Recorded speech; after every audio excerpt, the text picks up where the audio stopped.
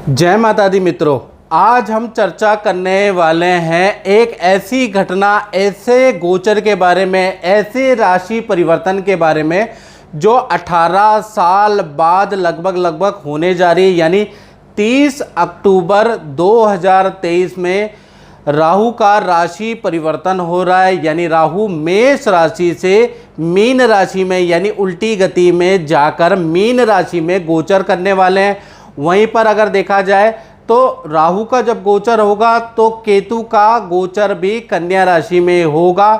और राहु का ये जो गोचर है, केतु का जो ये राशि परिवर्तन है, एक तो 18 साल बाद हो रहा है मीन राशि में, साथ ही साथ 18 महीने के लिए रहेगा। यानी कि देखा जाए तो 30 अक्टूबर 2023 से लेकर और 30 मई 2025 तक राहु देव मीन राशि में रहने वाले हैं और वहीं पर केतु देव कन्या राशि में रहने वाले हैं।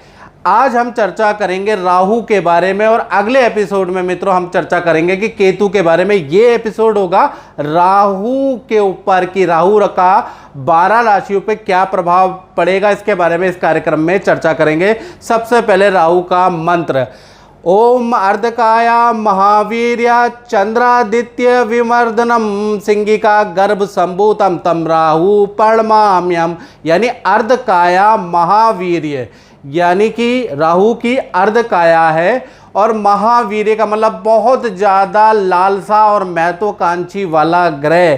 चंद्रादित्य विमर्दनम, जिसका चंद्रमा और देखा जाए सूर्य से गंभीर शत्रुता है। सिंगिका गर्भ संभूतम तम राहु प्रणमाम्यम, सिंह की सवारी करने वाला ऐसे राहु देव को हम प्रणाम करते हैं।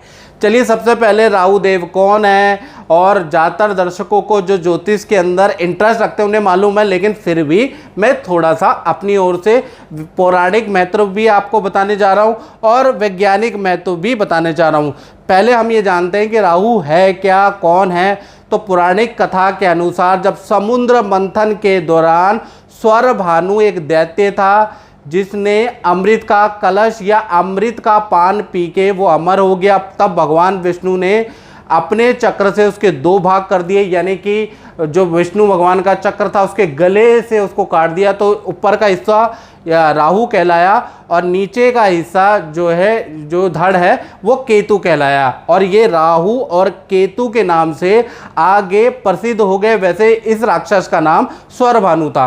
अब वैज्ञानिक महत्व के बारे में मित्रों जानते हैं तो देखिएगा कि सूर्य, ये सूर्य है और सूर्य की परिक्रमा पृथ्वी करती है। मान लीजिए सूर्य है, सूर्य की परिक्रमा पृथ्वी करती है और पृथ्वी की परिक्रमा कौन करता है? चंद्रमा। तो जब जो पृथ्वी की जो कक्षा है और चंद्रमा की कक्षा देखा जाए, जब ये आपस में 2 भागों में ऊपर और नीचे काटती है, यानी कि 2 अक्षांश में काटती है, जो चित्र में दिख रहा है, और उसको नॉर्थ नोड और साउथ नोड कहा जाता है। यानी नॉर्थ नोड और साउथ नोड कहा जाता है और इसको टोटल इस घटना को लूनर नोड कहा जाता है। वहीं पर आपको ऊपर की तरफ केतु महाराज मिल जाएंगे, नीचे की तरफ आपको राहु महाराज मिल जाएंगे, जो कि पृथ्वी की कक्षा और देखा जाए चंद्रमा की कक्षा को 2 भागों में 2 बिंदुओं पे काटता है। आपको चित्र में समझ में आ जाएगा मैं क्या कहना चाहता हूँ। यहीं पर है राहु और केतु, याद रखिएगा।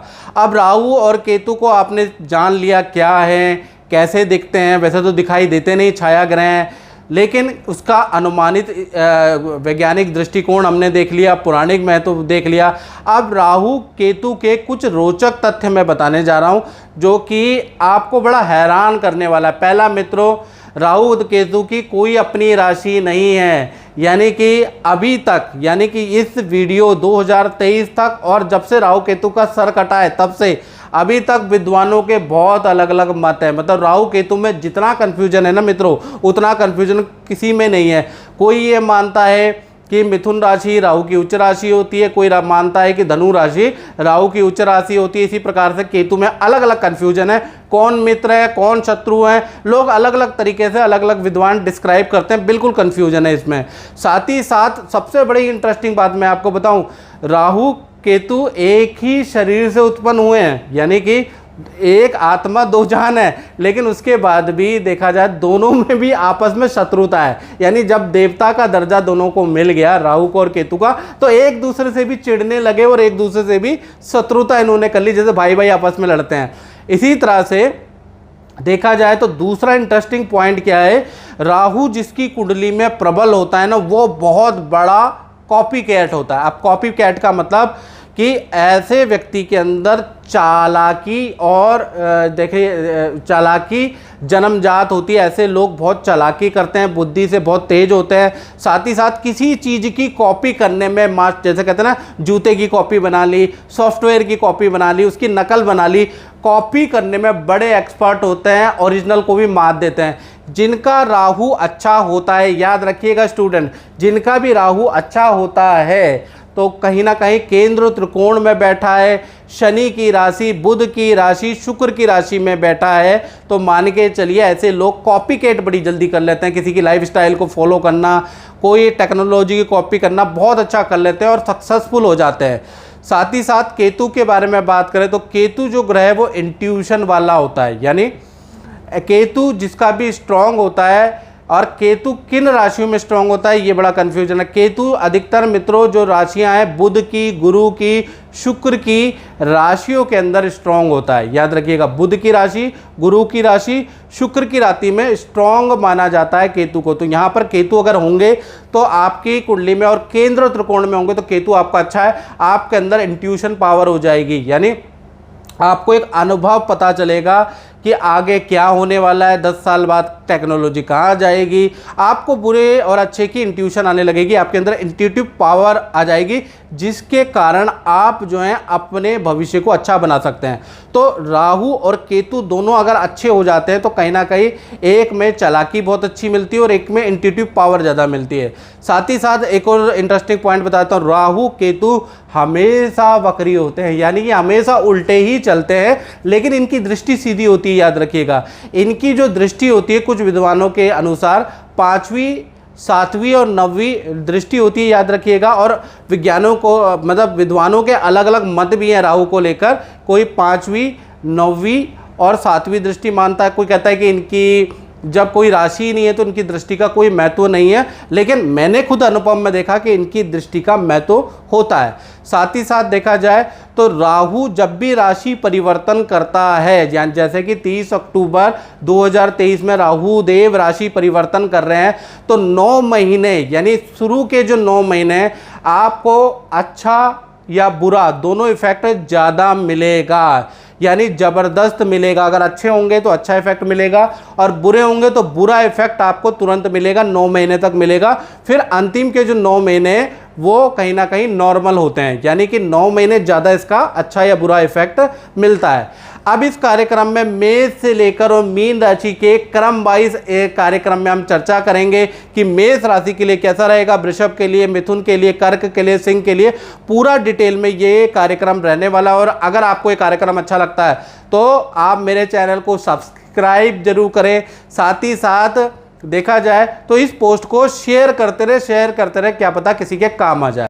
चलिए अब बात करते हैं कन्या राशि पे राहु के गोचर का क्या प्रभाव रहेगा। कन्या राशि वाले ध्यान से देखें, आपके सप्तम भाव में राहु का गोचर हो रहा है। सप्तम भाव मैरिड भाव होता है, यानी कि इसका ज़्यादा ध्यान देना है, शादीशुदा लोगों को ध्यान देना है, जो रिलेशन में है, लव कपल है, उनको ध्यान देना है, जो मैं अब बात बताऊंगा। साथ ही साथ सप्तम भाव पार्टनरशिप और व्यापार का है, यानी व्यापारियों के लिए ये गोचर कैसे ज़्यादा इफेक्ट करेगा। और साथ ही साथ देखा जाए जो पार्टनरशिप में काम कर रहे हैं उनके लिए ये गोचर बहुत इफेक्ट करेगा। तो पहला चीज़, ये जो गोचर है ना, इसका नेगेटिव इफेक्ट मिलने वाला, और नेगेटिव इफेक्ट कुछ सावधानियां अगर आप रखेंगे कन्या राशि वाले तो उससे आप बच भी सकते हैं। तो वो सावधानियां क्या रहनी है, पहला इसका नेगेटिव इफेक्ट क्या रहेगा, इसके बारे में चर्चा कर लेते हैं। तो पहला चीज़ ये कि सप्तम भाव शादी का स्थान है, यानी कि जो मैरिड लोग हैं उनका एक्स्ट्रा मैरिटल अफेयर के योग बनते हैं। कोई व्यक्ति आपके जीवन में आ सकता है 18 महीने के अंदर। आपकी शादीशुदा ज़िंदगी आपकी गलती से तबाह भी हो सकती है, तो थोड़ा सावधान रहें।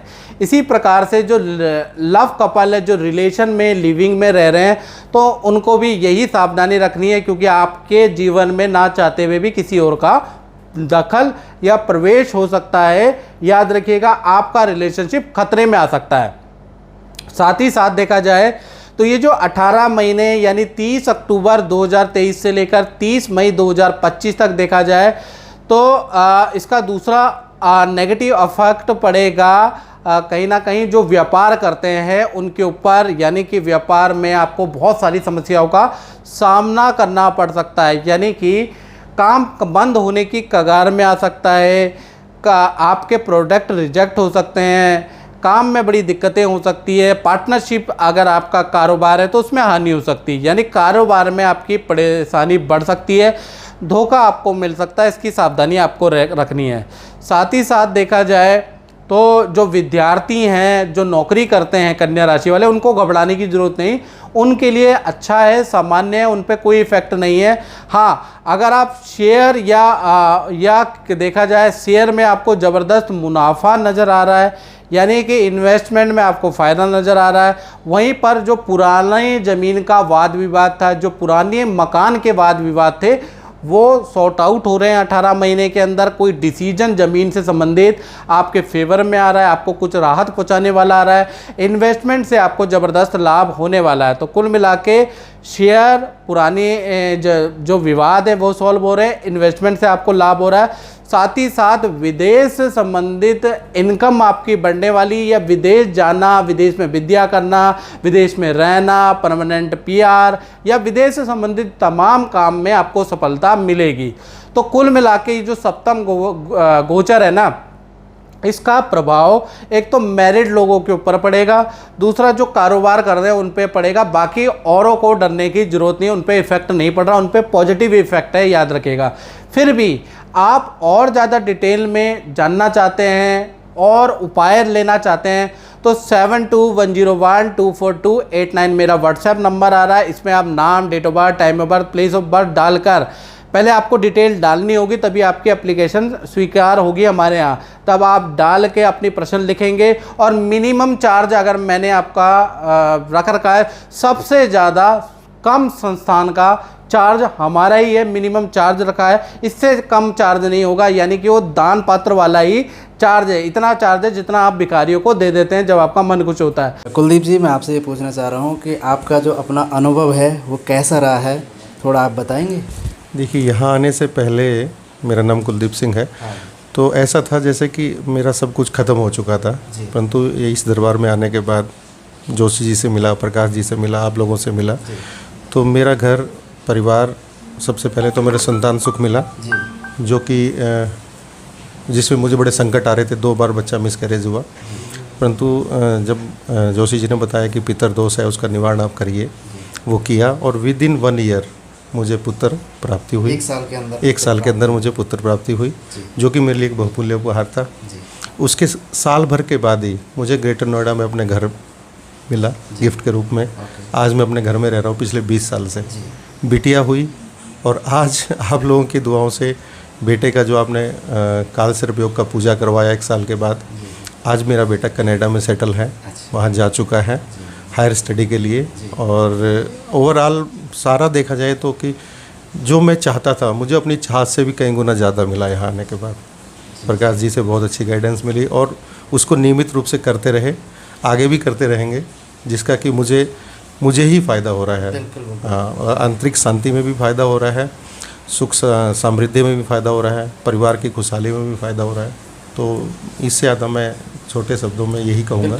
जैसा गुरुजी ने आपको बताया है उपाय, वैसा आपने उपाय किया है और उसका आपको पूरा लाभ प्राप्त हुआ? बिल्कुल बिल्कुल, जैसा प्रकाश जी ने बताया, गुरुजी ने बताया कि जैसे जैसे कोई दान करना है या स्टोन पहनना है या कोई गाय को चारा खिलवाना है, जो भी ABCD बताया वो सब मैं नियमित रूप से किया हूँ।